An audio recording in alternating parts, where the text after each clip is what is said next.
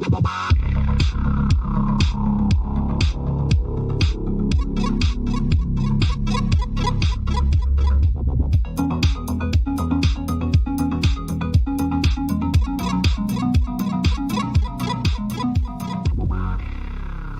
and welcome to the Unlucky Frog Gaming Podcast. You are joined by your two usual hosts here. We've got Tom Mannering and myself, Josh Hartley. How are you doing, Tom? I am good, thank you very much. How are you? Yeah, not bad. Not bad. I've not got much to report outside of gaming stuff, apart from the fact that I shocked Tom a little when he came on webcam, because I've now had... Listeners might not have even seen a picture of me, but I've always had fairly long hair, and now I've gone super short. So, I think I'm still getting used to it, to having like a prison haircut, but I'll get there. You'll find that the maintenance is significantly reduced on what you need to do. It is one of the small blessings of being follically challenged. It does make maintenance a little bit easier, as I've learned for a very good period of my adult life, which is always nice. And you don't have, your head doesn't get too warm during summer, which is, in this kind of weather, a bit of a blessing. I'm legit concerned I might, sunburn my scalp, though, so I do want to be careful. Yeah, you're going to need to probably slap a bit of extra sunscreen on. I've done that a couple of times. And I think the problem is as well, because it's not an area you see very much, because it's obviously above your eye line. So unless you're looking in like a mirror or something, you can't necessarily tell until it's too late. Yeah. So I've had that a couple of times where I actually burnt it really bad one year. It wasn't even that sunny or that warm, but I was going outside a lot, and I was walking around on my lunch break at work and walking to and from work and stuff, and I got up midweek. And my scalp basically peeled off. No! It was a bit gross. No. Okay, right. Well, hopefully that doesn't happen to me. But yeah, have you been up to much this week then? I'm trying to think. I posted on the Facebook for They Say podcast that I had. I spent an evening reorganizing my Marvel Champions stuff. I got a couple of new sets in. I got the Drax and the Venom sets in, so as I was sorting them out into the boxes, I got a bit carried away, and I did that thing where I sort of sorted one box and then another box and then shelves, so it kind of spiraled a little bit. But I'm probably quite weird for this, but I've spoken previously. I actually just really enjoy organising stuff. It's something I find really satisfying. So, I don't blame you. Most of my gaming stuff is now packed away in boxes in anticipation for me moving house. So I will have to do that when I'm on the other side of my move at some point.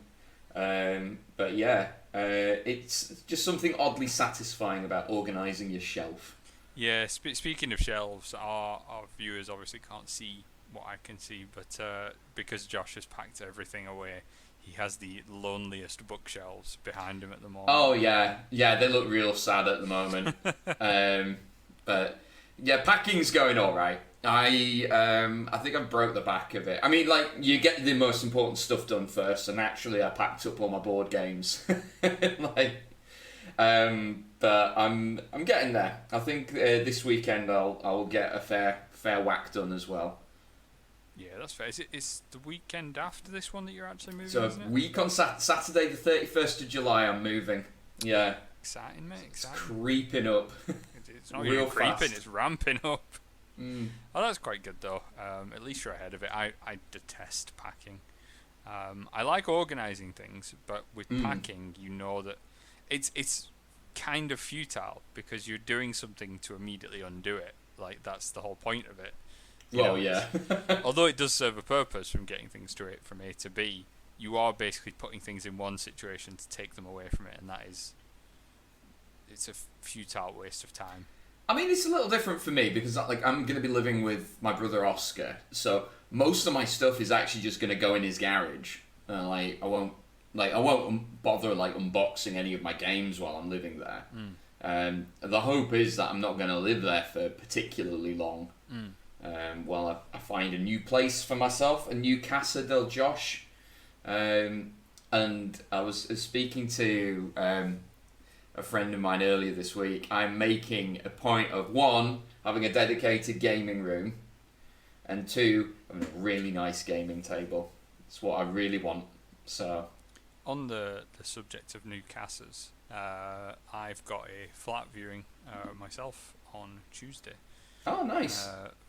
Because I'm obviously starting to look for a new residence now that my lease is coming to an end here. So I've got a flat viewing about 3 streets away from where I currently live. I mean, if you look, but here's the thing: it's a nice area that you live in. Yeah. And you know the area, and you know with it being so close, that's kind of handy, right? Yeah, so make the move. If I can get kind of a crossover in dates of like a couple of weeks, it means I can move most of the smaller things myself, or just get a couple of people to help, and then I can get movers in to do the big stuff, and it'll be fairly cheap as well. The good thing about being a GM for a lot of people is you can call in a lot of favours. Yep, I imagine that's the case. If you need a hand with it, let me know. I can come up for a weekend. Yeah, I can come up for a weekend to help. Put you in a crate and bring you up for a weekend. Yeah. Just remember to punch some air holes for me. Give me a little bit of water. Like one of those hamster bottles on the side. Yeah. Should we talk about some of the recent releases and announcements? Let's. Yes. You wanted to have a chat about Marvel. There's a new expansion for Marvel Champions coming out. Yeah. So there's a few that's been announced. I think I've mentioned some of them historically, but there's one that's been given a little bit more detail today, and it has been rumored for a while, and we've kind of known it's coming. But this is the first time they've properly kind of previewed it. So it is a new scenario pack, which is effectively a new villain set to go up against, and it's quite an obscure villain. It's a villain called the Hood, who's a villain. Wait, wasn't he the guy from Thunderbirds? There is a villain in Thunderbirds called the Hood as well. Yeah, this is not that guy. No, I'm disappointed. Although that would be an interesting crossover at the very least, but then you're bordering into like Magic the Gathering territory. Yeah, we won't unpack that can of worms again. No, not today.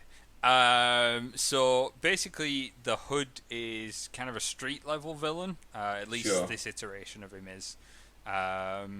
He tends to operate in New York, and he sort of has a small criminal empire. And if I remember right, I think he has some degree of like supernatural powers, or he gets some degree of supernatural powers throughout his career. But the way he seems to have been presented is he's largely kind of a mob boss style character in this, but he wears kind of a mantle with a hood, hence the name. And his set is kind of all about bringing in a few other smaller villains, so people like Shocker, Crossfire. Familiar with all of these names. Are you being sarcastic again? Yes. Okay. I've never heard of bloody Shocker. What's his thing? What's his thing? A classic villain, actually. He's a Spider-Man villain predominantly. He actually appears in the Marvel Homecoming film as an iteration. Right, cool. His whole stick is he has a pair of gauntlets that shock people, funnily enough. Give off a blast of energy. I always really liked him. He was in the Spider-Man animated show that I watched when I was a kid. But he has, in the comics and in the show, he has a really goofy outfit that's sort of this yellow and brown sort of mesh thing. It's not really a good look, but I always quite liked him. But yeah, it's all about these street level criminals. In my head, because I don't know why I'm making him quite lame, but I am. But in my head, like you see those gauntlets he has, it gives you a shock, but it's more like when you get a static electric shock off like the car door or something. It's like ooh. It's a little bigger than that. But I mean, you mentioned him being lame, and I think that's a weird thing about Spider-Man's Rogue Gallery. Like he has kind of some very cool and very well-known villains like Venom, Green Goblin, Doctor Octopus, who are kind of cool. Although like the original Doctor Octopus is a little lame. But then like he has some really lame villains as well that aren't really that great. But he's more of a street level, you know. Yeah, I think in Spider-Man's defense, like every single superhero in existence has some lame superheroes in their rogues gallery. Oh, Batman's got some shockers. Calendar Man. Calendar Man, Condiment King. Yep. What's the other one? Polka Dot Man, I think he's called. Who's appearing in the new Suicide Squad film, incidentally. I think as silly as they are, I kind of like the goofy villains. I think because that's what they would be like in real life. Like, you know, you'd have some who'd be like really threatening and stuff, but you know, if you get a really lame power, like throwing polka dots, you know, you're gonna get nicknamed something like Polka Dot Man. And that's going to be your thing, and it's not particularly threatening. So I do think, you know, if we had real life superheroes, that probably is what you'd end up with. Some of the villains being a bit like meh, a bit meh. So yeah. Anyway, to pull it back to the announcement. So yeah, we've got the HUD coming out. I'm not sure on the exact release date. They tend to keep them quite vague. I think even before COVID was a thing, they were always they'd give sort of a ring fence area, but then I think once COVID became a thing, it was like coming when it comes, which I think's a fair way to be, because there's so much that can go a bit wrong. Yeah, that's fair enough. At least no one's getting disappointed, right? If you miss the deadline, so exactly. I've also remembered something else that was announced that I didn't tell you about before. Oh, you're throwing me a curveball. I know. We normally discuss this and plan so thoroughly, but in this instance, this is we don't, listener. We don't do that, really. A little extra tidbit, if you will, and it is basically it's to do with Critical Role and 5th edition D&D, and they have announced Critical Role themselves are releasing the Tal'Dorei Reborn campaign setting, an epic and expanded source book with 4 new subclasses, new art, and many more surprises. So I don't know if I mentioned this before, but Critical Role now have their own publishing wing. Yes. Called Darrington Press, and this is coming out via that. So they've had a couple of books historically. They had the Guide to Tal'Dorei, which was done through Green Ronin. That was the first book they had. Then they had Explorer's Guide to Wildmount through Wizards of the Coast. And now they've got this new one. Now, from what I've seen, it was literally announced like an hour ago. So hot off the press. From what I've seen of it, a lot of people are saying it's basically a reprint of the Green Ronin one, but kind of refreshed and updated. But what I do like is they're releasing alongside it a GM screen and some additional maps and things, I believe, as well, which is kind of cool. Love a good map. Love a good map. I will definitely be picking it up. Sure. It's not even so much because I like Critical Role, although that is obviously a factor, but I just think their books are really, really good. You know, Matt Mercer, for as much as people say that he's been a detriment to some people's expectations of the gaming experience, which I don't agree with, he writes a good background book, and they usually get good art, and they get the community to do the art, which I think is really good as well. So watch this space. Fair enough. I think if anyone's going into a D&D campaign and you're expecting it to be like Critical Role, I think you definitely you're setting yourself and your friends up for a big disappointment, because not everyone in the world is a professional voice actor. So there was a bit of a shift. So I remember when Critical Role sort of spiked. And it was at a point that I was still heavily involved with the Pathfinder Society. And I think Ewan was one of the first people to kind of experience this firsthand, where people would come to a table, and this is an organised play table as well, it's not like a home game, and they would think they were on Critical Role. So they'd try and have these like really in-depth character conversations, these try and get these really big, emotional moments, and you're like, we have 3.5 hours to complete this session. Yeah. While I appreciate what you are going for, one, you're not very good at it, and two, we do not have the time. Wow. Did you ever actually say, well, you're not very good at this? No, I would never say that to someone's face anyway. No, I mean, like, you get all sorts of experience levels and play styles at games, especially at organised play tables. And you did have to, mitigate sometimes. Some people were too hasty and too combat driven. Some people, spent too long on the role playing. It was all about getting kind of a balance, both for actually getting through the session and for everyone's enjoyment. I remember I did run a session once at a convention, and there was an NPC in it, and I got way too into this NPC. I was really enjoying playing him. I did like a really stupid, he's like a young guy who wants to be an adventurer and tags along with the party. And he really like kind of bigs them up, and he's a bit fanboy. And I played him as kind of the kind of typical teenager with the kind of, oh, hi, hello there, and that kind of really nasally sort of accent. And the players were loving it. I got really into it, and I looked at the clock, and like half the session had gone with us just bantering with this random nerd. To be fair, like, as long as people were enjoying it, and like, I suppose you can just say up front to the players, guys, we're going to run out of time, so let's maybe let's pick up the pace here. That's pretty much what we did. I was like, we've got 3 combat encounters to get through. Let's just go. And I think we finished a little bit late, but we were fine. So yeah, you've got to find a bit of balance. Anyway, I think you have an announcement as well, do you not? We've got, Games Workshop have revealed a little bit of extra information about Warhammer the Old World. So if you haven't been following, this is a different game that they're developing, and it is set in Warhammer Fantasy's Old World, the world that was the setting that prior to Age of Sigmar is what the Fantasy game used. Now, there's been a lot of speculation about what this game is going to look like.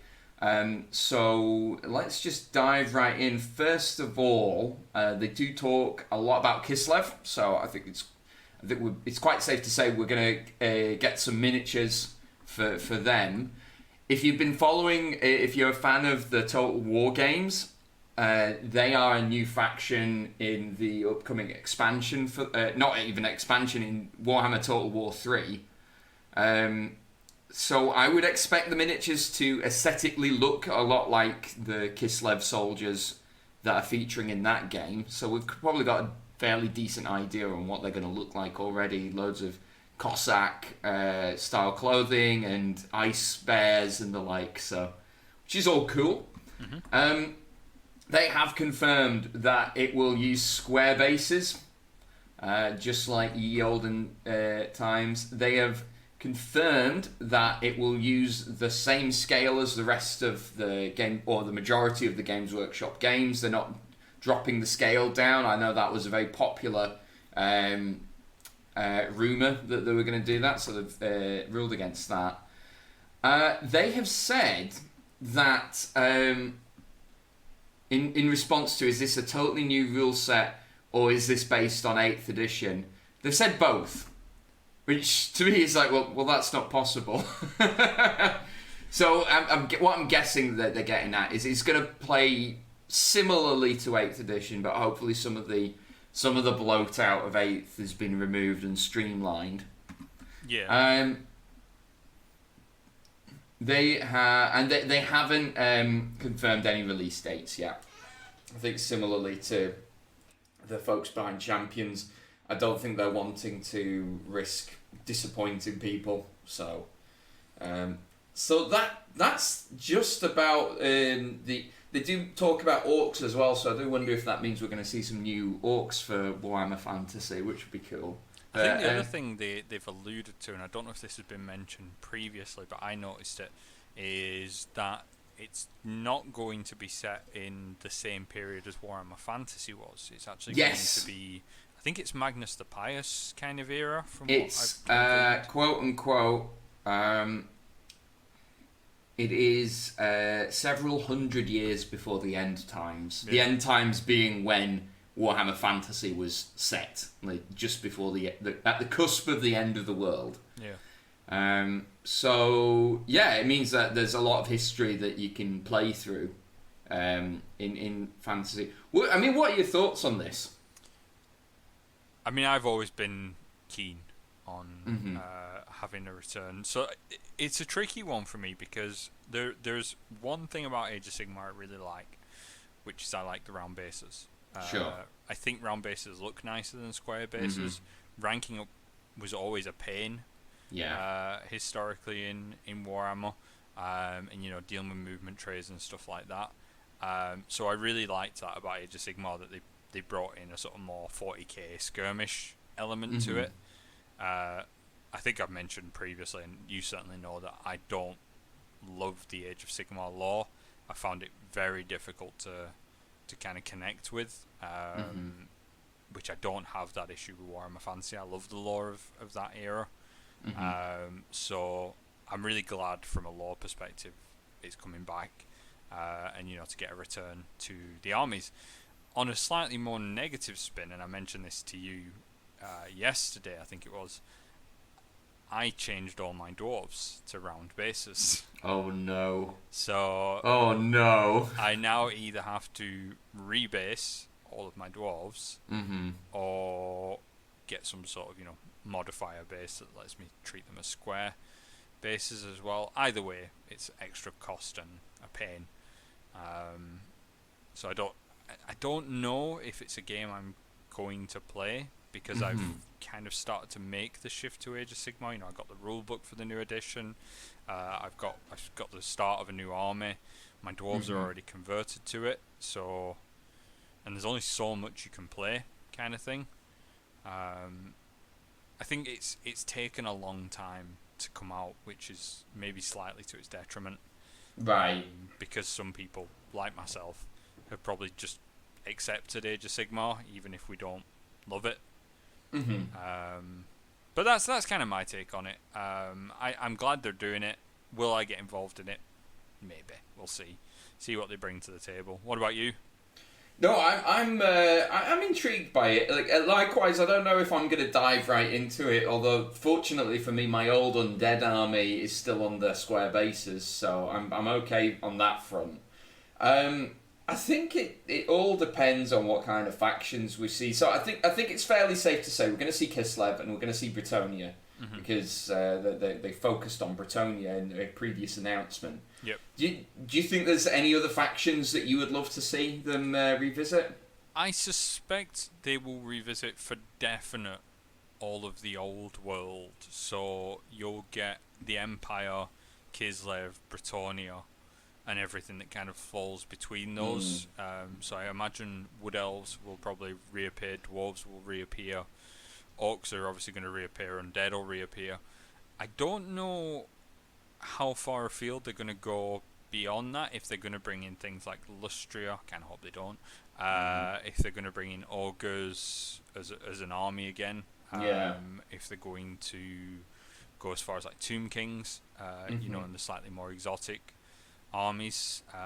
They might just bring everything back and just add new stuff onto it, in which case, if they're going that way, it'd be great to see, as well as like Kislev, it'd be great to see stuff like Cathay and Arrow. Yeah, I was going to say it would be great for them to, because we never really saw anything from Cathay at all. We knew it existed, but the other one that I'm thinking is, let's get the armies of Tilia, the Dogs of War. Let's see them come back. Yeah, I love the old Dogs of War. The Birdmen.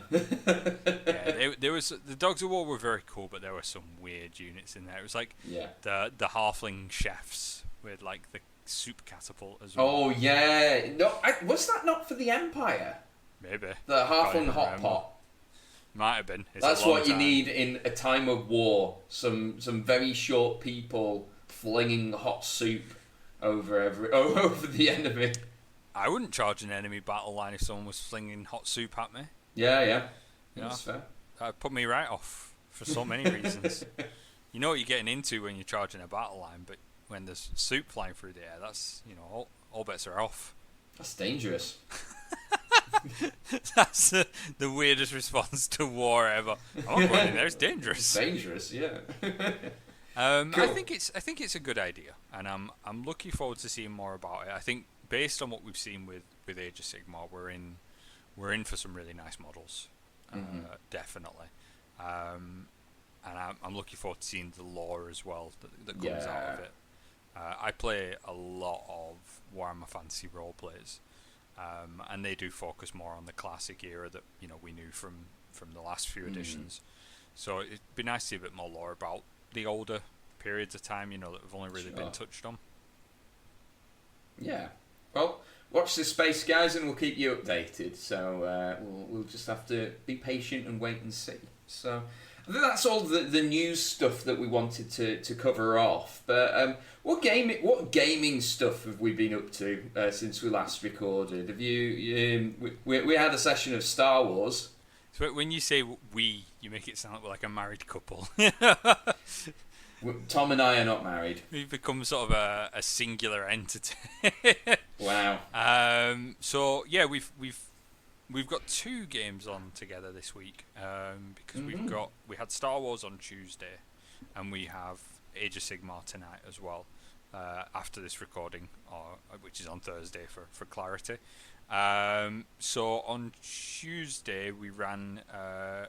So we were playing Star Wars: Edge of the Empire, and you were originally kind of a selection of vagabonds that had come into possession of a ship and were kind of engaging in various missions. And over the last few sort of stories we've had, you've had a few run-ins with the Empire, and you've had a few brief dalliances with the Rebel Alliance, and the group had sort of started to shift in favour of supporting the Rebels due to having a Rebel sympathiser in your ranks anyway, in Ryan's character, you getting the memory core of a Rebel droid added into your personality matrix, and the various encounters you'd had with them, and the fact that obviously you were rubbing the Empire the wrong way. Yes. So as of Tuesday, we officially made the shift to it being an Age of Rebellion game, which fundamentally is very little in the way of a change. It changed a background mechanic.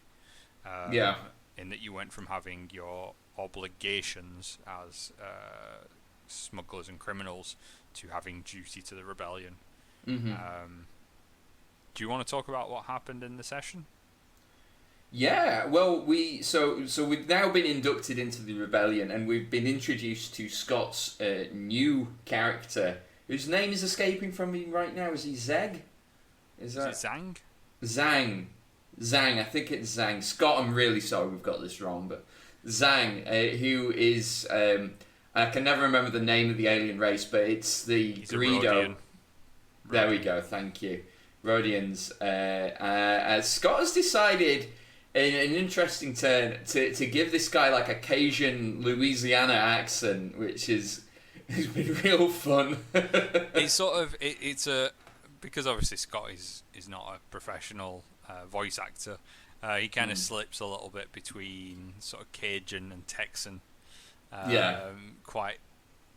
Quite fluidly. Yes. but I mean, the fortunate thing about that is because it's a sci-fi setting and neither of those places actually exist, doesn't really matter. Because it's not like he is from either of them and he's doing the wrong accent, he's just doing the accent his character has. And he has an interesting character reason from it, in that basic is not his first language, and he's obviously learnt it off other people and has adopted their speech patterns and a number of he uses words incorrectly or pronounces them incorrectly, which is quite a fun character trait to have. Much like when your character speaks and I play beeps in the background. So yeah, you got to meet his new character. Carry on. Yes, so we've been introduced to him, and we've now been tasked with tracking down a hostile creature at this new base that we're at. The planet we're on is like a sort of swampy planet, so as we're setting up the base and other rebel squads have been scouting out the surrounding areas, one such squad came under attack from a alien creature that...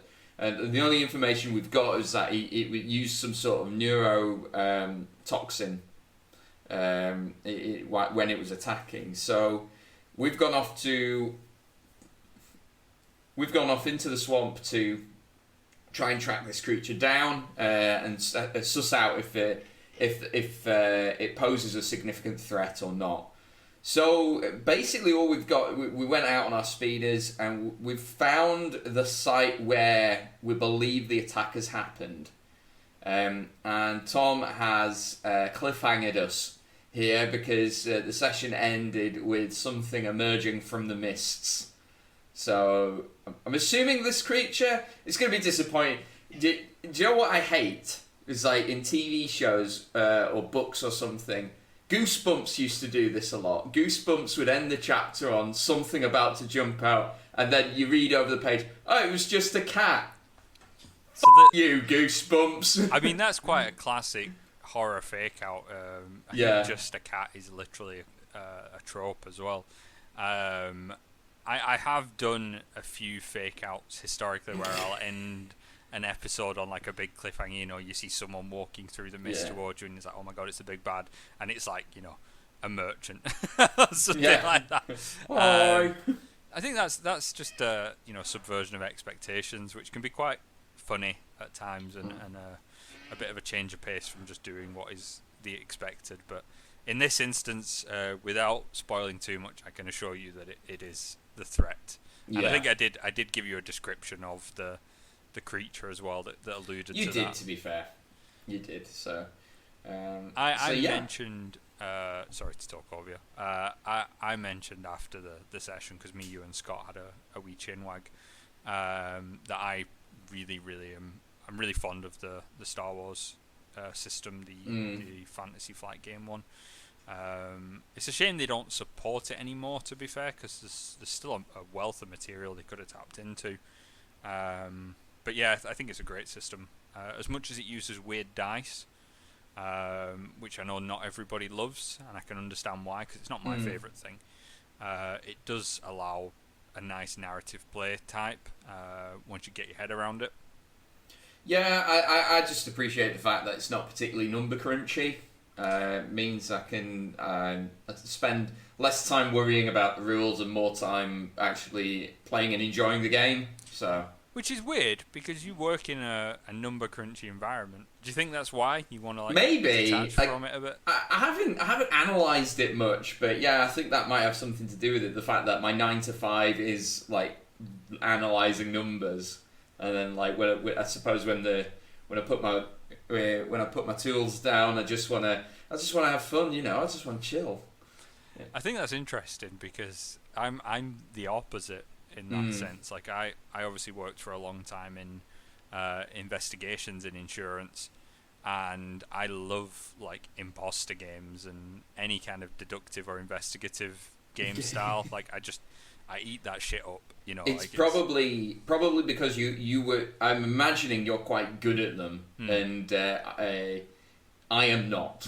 I cannot lie to save myself, and I'm just far too trusting in others. I love watching people trip themselves up with them. Like there is just this. Yeah. It's kind of a Schadenfreude, it's called, or something, when you like seeing people, you know, messing up. Yeah, and I love watching people tripping over their stories and stuff, and just watching it all unravel before them and be like, "Yes, I've got you, you bugger." Nice. And then they start panicking and backpedaling out of it.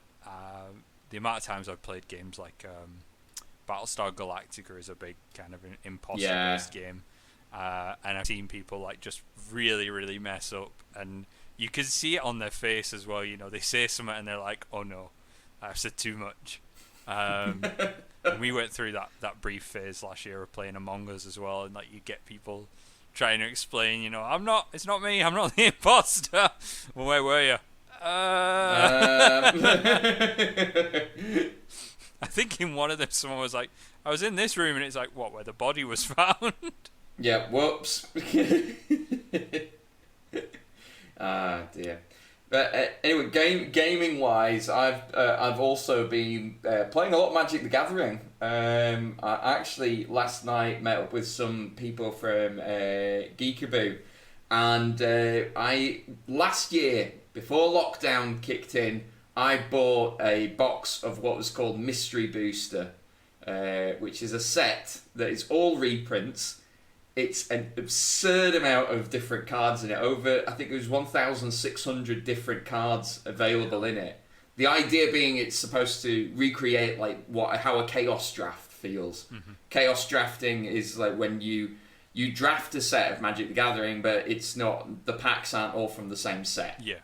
So it's to recreate that. I had so much fun with it.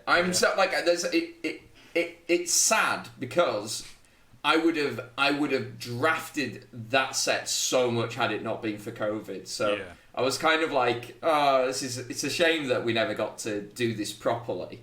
But at the same time, having the opportunity to actually do it at all was great. Yeah. I managed to get some really cool cards in there as well. I think notably, I got an Animar, which I've been wanting to grab for some time. So nice. Might build a commander deck for him. So I think it's quite funny because that sounds like my nightmare. Really? It's a set that has no theme to it. It's just random cards. Well, actually, pushes his non-existent glasses up his nose.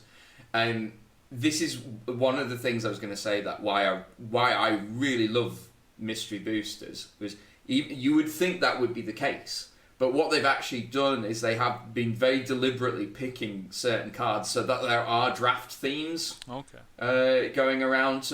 So last year, before lockdown, the one chance I had to actually draft this properly, I drafted a deck, which was a self-mill deck, and I won with a card called Lab Maniac, which reads like, if you have no cards in your deck, you win the game. So the idea is I get him into play and then just dump all of my own cards into my graveyard. Okay, but so that was super fun. You're talking about mechanically thematic. I'm talking about narratively thematic. Okay. So yeah, this set's all over the place in terms of narrative. I've still been playing bits of Arena to get a bit more experience of the Forgotten Realms set. And I was playing a game last night just before I went to bed, and I can't remember what it was now, but I remember getting really angry because I was playing this guy and his deck was just all over the place. It's just a bunch of random stuff, and I was like, it makes no sense. It makes no sense. Why would those two things be working together? It's just stupid. What deck was he playing? I think it was black-blue. I think it was a really awkward deck. Had a lot of removal stuff. The guy beat me. I don't want to get into it too much, but we're getting into it. I had the guy on the ropes super hard. I think he was on 7 health, and I was on 23 or something. And I had a full board. He had nothing. He was top decking, and he top decked one card, and it just turned the entire game around. And then the next turn or two, he tabled me and just blew me away. And I couldn't do anything about it because anything I put down, he'd either counter or remove. And it was horrendous. But it was annoying. It wasn't that annoyed me. It was the fact that all the stuff that was dropping had no correlation to each other. This is no consistency. Yeah. How is this supposed to be immersive? Yeah, I can't build into this narrative at all. Yeah. It'd be like watching an episode of He-Man, and all of a sudden, Better Call Saul runs through the scene. It just doesn't make any sense narratively, and that's how my head sees it. His name's not Better Call Saul, but that's just for context. Yeah. Kevin Smith took that Masters of the Universe cartoon a very different direction, if that's the case. Yeah, that's a real different spin on it. That's funnily enough, actually, I was watching a review of the new Space Jam movie. that's Right. come out, and that's apparently one of the big complaints about it. So what they have done with it is they've put the Looney Tunes and smashed all the WB properties together, like films, TV shows. There's like characters from like It, Matrix, Game of Thrones, like all these kinds of things in it. And people no, like, that's awful. I hate that. They're like, there's just no narrative cohesion. It's just basically, you know, you get taken on kind of a theme park ride of look at our intellectual properties, which is, it can be novel, you know, in a way, but I'm not sure if you should base a film around that premise. Yeah. But then again, Roger Rabbit did something quite similar, and that's a cult classic. So. Yeah, but there was consistency with that, though. Well, that's it. They were all cartoons, you know. That was that was kind of that was the shtick. The shtick with that, yeah. Complete segue, as we all want to do. Yeah, well, I think that might be a good time to call it before we ramble for much longer. So, guys, as always, thank you very much for listening, and until next time, take care. Bye!